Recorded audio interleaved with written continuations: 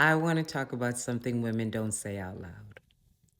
Not because we don't think it, because we're afraid of what it means if we do. Here it is. I'm not sure men and women were meant to live together. Now, before you come for me, I want you to hear me out. I'm not bitter. I'm not angry. I'm not a woman who got her heart broken and decided men are trash. That's not this conversation. This is a philosophical question that I've been sitting with quietly, privately, for most of my adult life. What if we got it wrong? What if the arrangement, two people, different wiring, different emotional languages, sharing one roof, one bed, one life indefinitely? What if that was never the design? What if women were meant to live together, communally, raising children together, and the men, the good ones, the ones we love, visit? They come, they contribute, they father their children, and then everyone goes back to their own peace. I know how that sounds, but I also know I'm not the only woman who's thought it. Because here's what I've noticed. You ready? Women of a certain age, and I mean women who have lived, who have loved, who have done the work on themselves, are choosing to be alone. Not because they've given up, not because they're broken, because they've finally done the math. And the math keeps coming up the same. Even the good men. And there are good men. I want to say that, and I want to be clear about that. My husband is a good man. Even the best of them struggle to be vulnerable, struggle to reflect, struggle to look inward and ask the hard questions about who they are and what they bring. It's not malice. I don't think it's malice.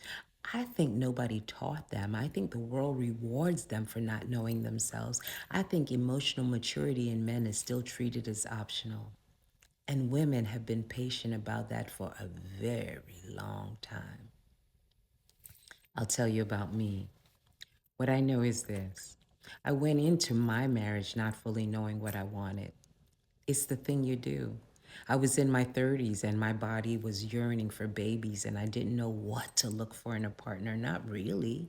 You think you do. You think the person you lust for is the answer. And somewhere there may be doubt. And even when you think that you found someone that is so right, it's not until later you realize you don't fully know them. They don't fully know themselves, and you don't fully know you. That's not a tragedy. That's just true. And what I've had to accept is this: there is no blueprint. My marriage is mine. It doesn't look like anybody else's. The moment I started comparing it to what I thought it was supposed to be, to what other people's looked like from the outside, I lost the thread. What do you really know about what's happening inside anyone else's marriage? Nothing. You know nothing. So you take what's yours. You work with what's real. You learn in real time, sometimes slowly, sometimes painfully, how to appreciate, how to respect, how to actually be with another person one day at a time. What I'm done performing, and I want to choose this word carefully, is compliance. Not patience, compliance, the quiet going along, the tolerating, the staying in rooms I didn't have to stay in. I'm giving myself permission now to get up and walk away, not leave. Just leave the moment, to not engage, to let people be in their own stuff without me climbing in after them. Being in relationship is sometimes uncomfortable. It is distance, it is space, it is the in-betweens, and it is always a choice, even when the choice costs you something. That's not giving up. That's knowing yourself well enough to protect your peace.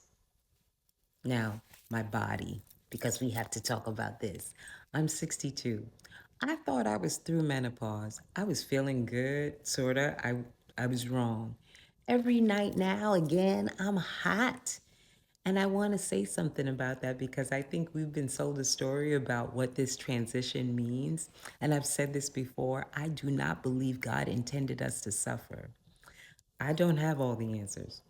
I don't know what the full solution is, but I know that how I eat, how I move, how I rest, it changes everything. It doesn't eliminate everything, but it changes things. And I refuse to experience this as my body betraying me. This is my body changing. This is my body moving through something. And compared to the stories I hear, and I hear a lot of them, I am moving through it with more grace than I expected. Some discomfort is not suffering. Some pain is not catastrophe. We were not promised a frictionless life. What we were promised, what I believe we were given, is the capacity to move through it with dignity, with humor, with our eyes wide open. And here's what I keep coming back to: I'm not interested in greener grass. I've lived long enough to know the grass is somebody else's curated highlight reel.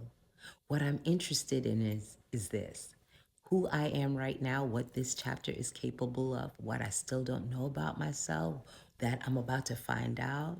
I want to celebrate. I want to be in the midst of joy. I want to wake up and feel the fullness of this life that I've built, imperfect, complicated, mine. And I want to do it without pretending, without the compliance, without the performance. Nobody told me that 62 would feel like finally putting down a weight I didn't know I was carrying.